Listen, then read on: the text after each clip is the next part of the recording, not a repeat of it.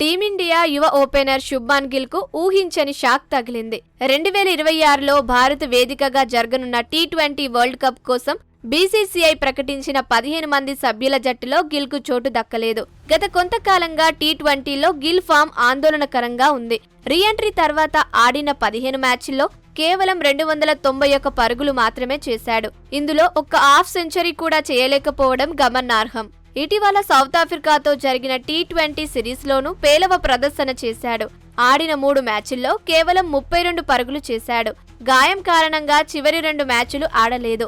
గిల్ ప్రస్తుతం రన్స్ చేయడం లేదని, అందుకే ఈ కఠిన నిర్ణయం తీసుకోవాల్సి వచ్చిందని టీము ప్రకటన సమయంలో చీఫ్ సెలెక్టర్ అజిత్ అగార్కర్ స్పష్టం చేశారు. గిల్ స్థానంలో అక్షర్ పటేల్ ను వైస్ కెప్టెన్ గా నియమించారు. మరో ఓపెనర్ యశస్వి జైస్వాల్ కు కూడా టీంలో చోటు దక్కలేదు. సెలెక్టర్లు ఓపెనింగ్ లో ఒక వికెట్ కీపర్ ఉండాలని భావించారని విశ్లేషకులు అంటున్నారు. సయ్యద్ ముక్తాక్ అలీ ట్రోఫీలో అదరగొట్టిన ఇషాన్ కిషన్ 2 ఏళ్ల తర్వాత జట్టులోకి తిరిగి వచ్చాడు. సంజు శాంసన్ తన స్థానాన్ని సుస్థిరం చేసుకున్నాడు. అలాగే అభిషేక్ శర్మ బౌలింగ్ ఆప్షన్ కూడా ఇస్తున్నాడు.